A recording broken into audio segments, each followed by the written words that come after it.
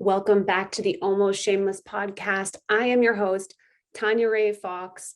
Thank you for joining me. Last week, I did not talk about the Patriots on this podcast, but I did talk about the Patriots versus the Chargers on multiple other podcasts. I went on the radio and talked with Joy Taylor about it on Fox Sports Radio.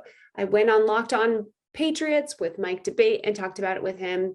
And I told them both the same thing. The Patriots would have a chance to win against the Chargers if they played their style of old school offense and took care of the ball defensively. Obviously, Belichick doing what he's doing, but most importantly, if the offense just held the ball and did their job, no mistakes. And guess what?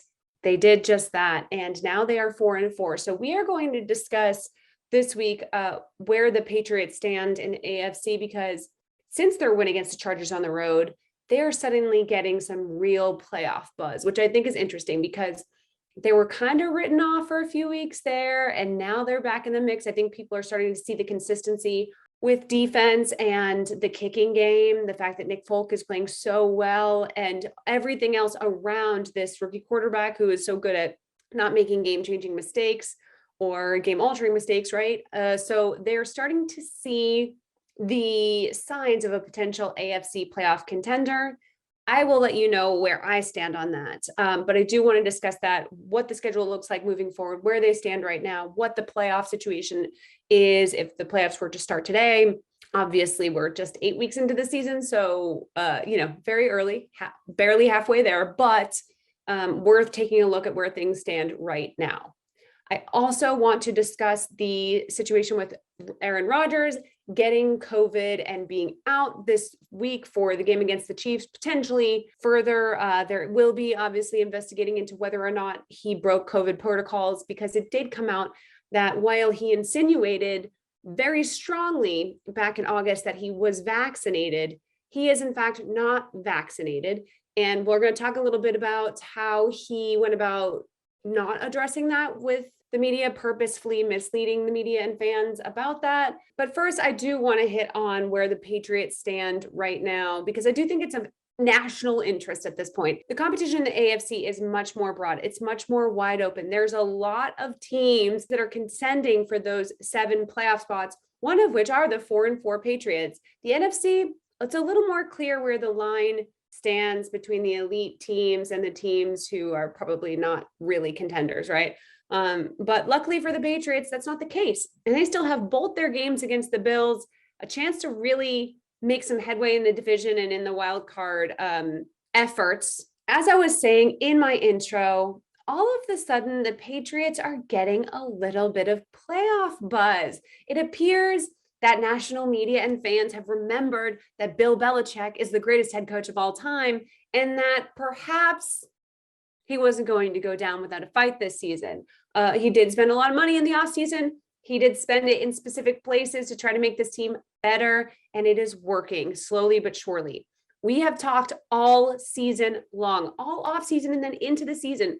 You and I, my listeners, my viewers and I, we know we've been talking about the fact that it is very hard to come out guns blazing with a rookie quarterback. It's impossible. Really, it is.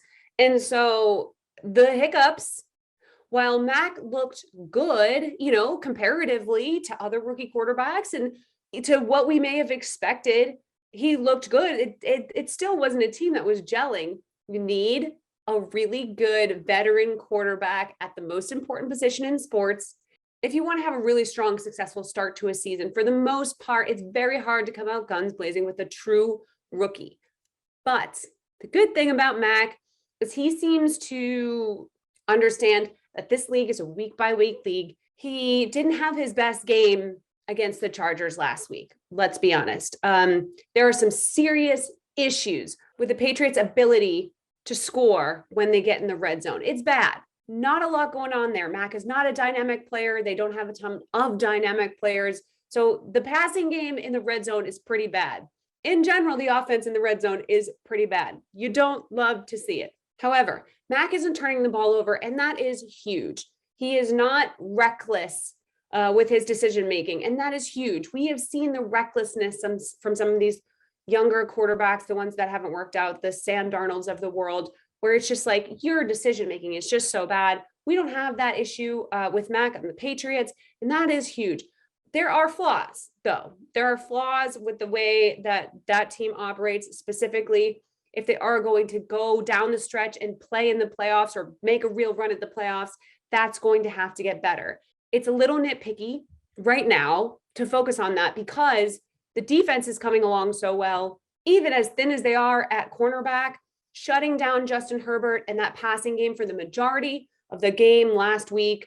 The final score makes the game look like it was closer than it really was. They were, ahead by 10 points and did the smart thing by forcing Herbert to really wind down the clock. And they played prevent defense, took time off the clock, knowing that they could allow a touchdown and they could still easily win the game. And it was a smart play, but the Patriots, by all intents and purposes, won that game by 10 points. Definitive win. Really good performance on special teams and defense. Got a defensive score. That really was what swung the game for the Patriots, was the defensive touchdown off of a turnover. And that's the kind of stuff that we're used to seeing from the Patriots defense in years where they make real runs at the Super Bowl or they make real runs at the playoffs, right? Is a playmaking defense. And we're starting to see some of that now. Obviously, Matthew Judon has been a revelation for this team. Definitely made things easier on the defensive backs. I think we can see that. Bill Belichick still proving that if you are a young quarterback, he is not going to let you beat him easy. He's going to make it difficult. And going on the road and beating a really good Chargers team, not elite, the Chargers maybe aren't as good as we thought they were at the beginning of the season, but this is still a really good team, really well-coached team with an incredibly talented, explosive young quarterback. And it seemed like the Patriots were in control the entire time, even when they themselves were struggling to score. That's never a bad sign. But like I said, there's still some hiccups to get over. There are still some things that this offense needs to work out, specifically when they get that shorter field in the red zone. It seems like the play calling and what they're able to do is really shallow. They're not able to pull from a lot. And that's a problem because if everybody knows Damian Harris is running, we've all got a problem. Mac has got to find ways to get to the tight ends, to get to the wide receivers in those situations so that he can open it up a little bit more in the red zone and start scoring. Because if he'd been able to do that against the Chargers, it would have been a blowout. And they didn't need a blowout. I'm not saying it has to be like that every week, but these are the little things that you see. And these are the reasons I'm concerned. And I have been concerned about the Patriots being good enough to actually win a playoff game when the time comes. Not a surprise, but it's a nice bonus, I guess, that they are in this place. It's a testament to Bill Belichick and his team building and the fact that even with a rookie quarterback, they are still in the mix. So let's talk about that mix. As it stands right now, if the playoffs were to begin today, the first round bye, believe it or not, would go to the Tennessee Titans. They are the 1 seed. The Las Vegas Raiders are the 2 seed. Again, who saw this coming? At 5-2, Baltimore Ravens are the 3 seed at 5-2. Buffalo would be the 4 seed at 5-2. Cincinnati would be the 5 seed at 5-3. Pittsburgh would be the 6 seed at 4-3, and the Chargers would get that last spot at the 7 seed. They are at 4-3 as well. That leaves the Patriots just on the outside, on the very edge of that bubble at the 8 spot at 4-4. So very workable to get back into that playoff picture with the right wins. They're getting a lot of help from teams that should have been better than they are. Help from the Chiefs, who are struggling. Help from the Browns, who appear to be completely imploding. Help from the Colts, who can't seem to get things together with Carson Wentz. Shocker. So a few potential playoff teams there that are helping the Patriots to keep their spot. Now we have to go over to the Patriots' schedule and take a look at what they have coming up next. They have their game against the Panthers coming up this weekend. They have to win that game. No excuses. Whether Darnold plays or not, you win that game. You've already beat the crap out of Darnold plenty in the past. This is a team that's on a bit of a skid. Obviously, with Christian McCaffrey, they're better than without, but you go on the road and you beat the Chargers. That means you can absolutely go on the road and beat the Panthers. Then they host the Browns. They go to the Falcons. They host the Titans. They go to the Bills. They go to the Colts. So big games there, big AFC games there. There's 2 Bills games that I mentioned. There's the Colts game. They're obviously still going to be in the mix because the other two teams in that division are trash. So they're still going to be competing with the Titans for the rest of the season. You still keep your eye on that Browns game. That's important. And that's a home game. And the Patriots really need to start getting home wins. That's another thing they need to start doing, is not losing those games at home. And they go on the road to the Titans. And it'll be interesting to see what happens with the Titans, right? Because now that they don't have Derrick Henry, I can't imagine there's any chance in hell that they keep that number 1 seed. There's just no way. The way defenders have to play the Titans when Derrick Henry is on the field versus when he is not is so drastically different. No stacking the box, none of that stuff. It's going to be a completely different season for the Titans here on out. And I cannot imagine that they keep that 1 seed. And I cannot imagine that the teams that have them coming up aren't going to take advantage of that as they reshuffle the look of their offense. And the Patriots get them on November 28th. So that could end up being a really big game for them. And right now it looks winnable. With the way the Patriots defense is playing, it looks winnable. Going on the road and winning in Tennessee could actually happen. It also looks like the Patriots could beat the Bills at least once this season. I don't see them beating them twice, but even a couple of weeks ago, I couldn't necessarily imagine the Patriots beating the Bills this year, but they haven't looked that impressive. They didn't look good against the Dolphins. I think that they are a little bit more vulnerable than people realize, especially in division. Again, can't say it enough. In division is always a crapshoot. You have a coach, the greatest coach of all time, who knows your team, knows your quarterback, and is going to know what to do against you. And there's a strong chance they grab one of those games. And so we are now looking at a situation where the Patriots could realistically finish the season 10-7, maybe even 11-6. I'm not necessarily getting my hopes up to that degree, but that Chargers game was certainly a statement win and something to pay attention to as the rest of the AFC East really shuffles around. Like I said, some of these contenders are falling apart. They're lucky they're getting the Browns pretty soon. They're getting the Titans pretty soon. These are teams they probably would not have been able to beat earlier in the season. And as things go the way that they're going, their odds are going up, right? So things are working in their favor. The question is, when you look at the playoff standings, who do you think that they could potentially supplant? And I think at the end of the day, there are going to be 2, not 3 teams out of the NFC North. Baltimore, Cincinnati, and Pittsburgh currently have 3 of those 7 spots. One of those 3 teams is going to drop out, and I could almost bet my life that it's not going to be the Ravens. So then you start to look at Pittsburgh or the Bengals, and the Bengals certainly have a better quarterback, and they have the hotter team. Losing to the Jets is a little disheartening, but that kind of stuff can happen with a young team that has been playing really well, underestimating a bad team with their backup quarterback. That can happen. I'm not as worried about the Bengals as I am about the Steelers. I think that the spot that the Patriots will be looking to grab is either the Steelers spot or the Chargers spot. And that is assuming that they don't catch the Bills and somehow win the division. I'm not counting on that. So you're talking about a wild card spot here. So I think it's either that 6 or 7 spot that the Steelers or the Chargers have right now. Like I said, I don't see Tennessee staying up at that number 1 spot. I think at the end of the season, we'll either see Buffalo or Baltimore or potentially even Las Vegas up there in that spot. The Vegas Raiders, man, that's a hard team to tell what's going to go on from here. They've faced a lot of adversity already this season, and it seems like they've really risen to the occasion and actually found themselves an identity with the parting of John Gruden and kind of reestablishing themselves in the wake of that. And now they are dealing with the aftermath, the very emotional, distressing aftermath of the Henry Ruggs III car crash that killed a young woman and her dog.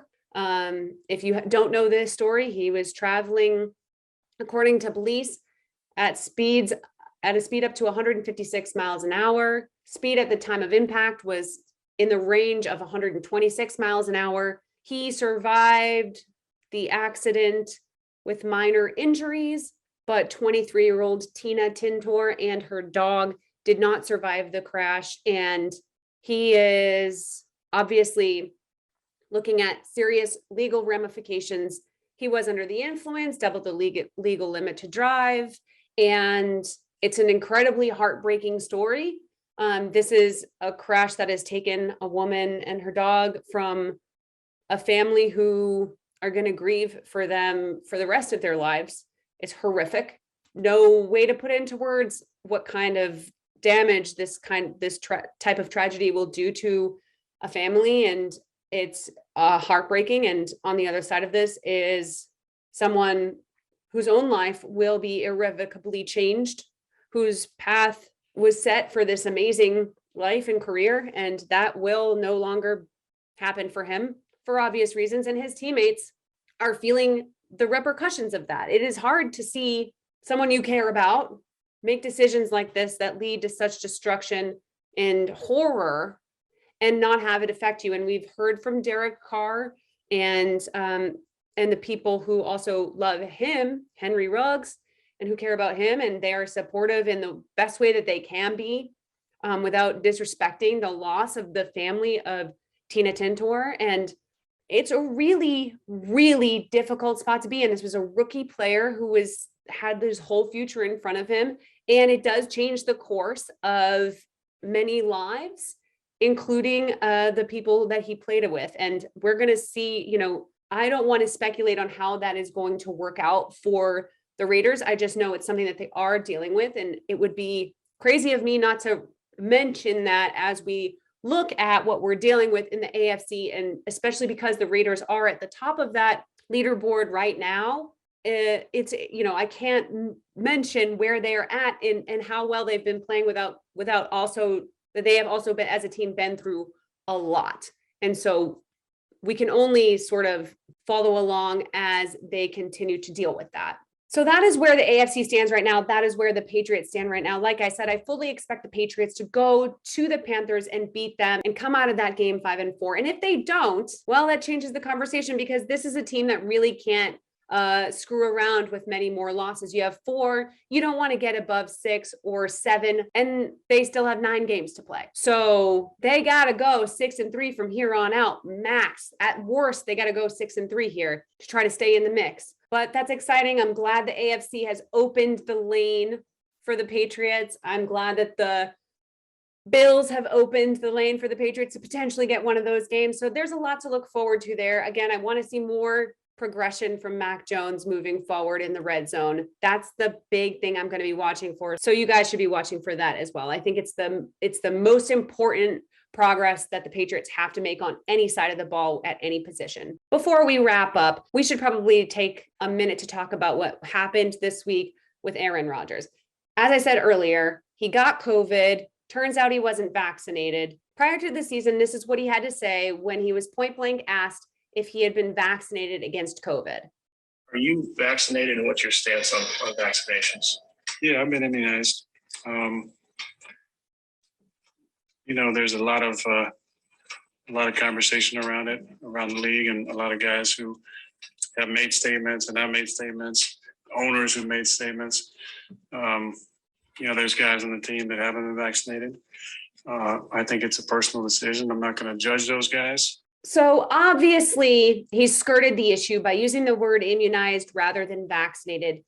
This is stuff, I'm very torn on this, because on one hand, I feel like we know Aaron Rodgers well enough as media and as fans to know that when he uses that language, he clearly is trying to talk around something. We should probably perk up a little bit, alert to what's going on. But he did continue. If he had just stopped and said, yeah, I've been immunized, and left it at there, I think we all would have been like, what does that mean? But he kept going, and he did clarify that he doesn't want to judge players who haven't been vaccinated. So it really did seem like he was implying, like, yes, I've been vaccinated. I'm just a douchebag who needed to use another word because I need to always sound smarter than the other people around me, which is classic Aaron Rodgers. We almost sort of like don't even blink anymore when he acts like that. But he knew what he was doing there. He knew he was getting the media off his back. He knew he was implying that he had been vaccinated without saying he had been, so that he didn't have to answer these questions going forward. And he hasn't. He has escaped all accountability for that all season long. Now, here's the thing. I don't want to get into, we talked about this when Cam Newton was dealing with not wanting to get vaccinated. He has, by the way, since been vaccinated. I don't want to get into your personal philosophies on vaccination.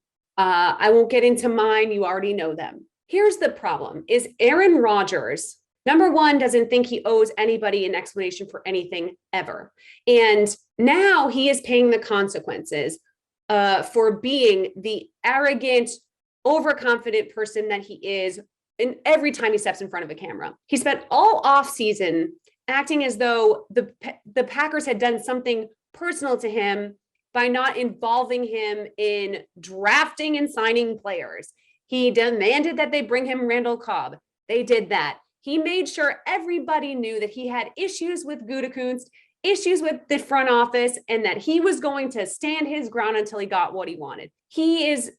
Feels like he was in the driver's seat. He has also spent every day since they drafted Jordan Love acting as though it was a personal affront to him that they drafted a quarterback.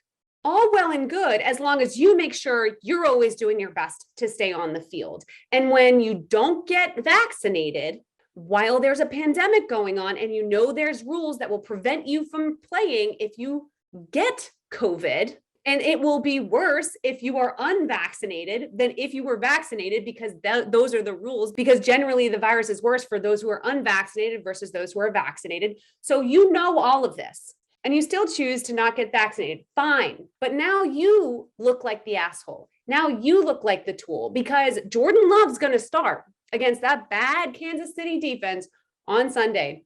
And if they hadn't drafted him, your unvaccinated ass would have left them starting Blake Bortles this week, or whoever else they could have scrounged up. If they hadn't drafted him, instead of getting you your wide receiver or getting you your offensive lineman, they'd have no one to play quarterback right now. And if they did, it would be some half-assed backup, just like the guy who's the third string. So who's the asshole now?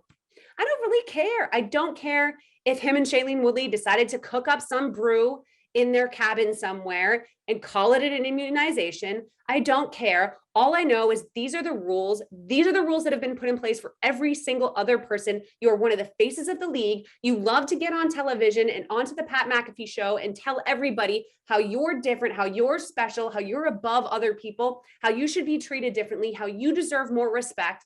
And then you go insinuate to the media that you are vaccinated, knowing full well you're not, knowing full well everybody is going to believe what you just said. Go half the season acting the way that you're acting, never addressing the fact that you are unvaccinated. And then you contract it, leave your team in the middle of a season where they're actually doing pretty well, have just come off the biggest win of your season.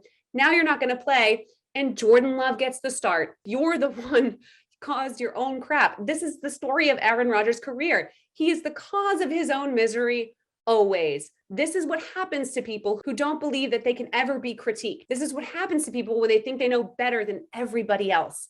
Even if you think you are a scientist who knows more than 98% of scientists in the world and all the peer-reviewed studies and all the actual research that's been done, even if you are one of those people, fine. But the rules are that you should be vaccinated if you want to stay on the field. The rules have been put in place for those who are unvaccinated, and you didn't want to follow them. So you've just been acting like it doesn't apply to you. So you have just handed the backup quarterback that you didn't want there the opportunity to win that job in 2022. Hope you do want to go to the Broncos. Hope you do want to go somewhere else, because you're going. Because unless Jordan Love fucking sucks, there's a strong chance you just gave him the exact opportunity he needed to be the future of the Green Bay organization. Maybe that's all part of your master plan, genius. Maybe. Either way, you still look like a tool. You still look like a liar. You still look like an arrogant jerk. And you still have only ever played in one Super Bowl. All right. That's it for my rant on Aaron Rodgers. That guy can suck it. Looking forward to Patriots Panthers this weekend and all the other games. I'm really excited that we're into the meat of the season, especially now we're past Halloween. We're into holiday season. We're preparing for Thanksgiving and Christmas. This is the best. Like, if we're going to have to deal with crappier weather and having it be dark at like 4:00, this is what we need. I don't know how people get through the back end of fall and early winter without football. Like, what do people who don't watch sports or watch football do when it starts to get dark and cold? I don't get it. Hit me up on Twitter and Instagram at Tanya Ray Fox, podcast feed at Shameless TRF. Let me know what you think about where the Patriots are at right now, where Mac is at right now. vent to me about Aaron Rodgers if you feel like it. And feel free to start giving me your predictions because this is prediction season. There's 8 games behind us. It's time that we can start seeing how things could potentially play out. It's still early, but if you want to go on record so that I can give you a shout out later on if you were correct, do that. I will not, here's the rules. I will not shout you out if you're totally wrong. I'll only promise to retweet and shout you out if you end up being completely right. So throw me your predictions. It's a win-win because I'm not going to remind you of your poor predictions if they end up sucking because I wouldn't want someone to do that to me. So I won't do that to you. And if you are right, I'll definitely give you credit. So hit me up with those. And thank you again for listening. I appreciate you. I will talk to you again next week. Bye.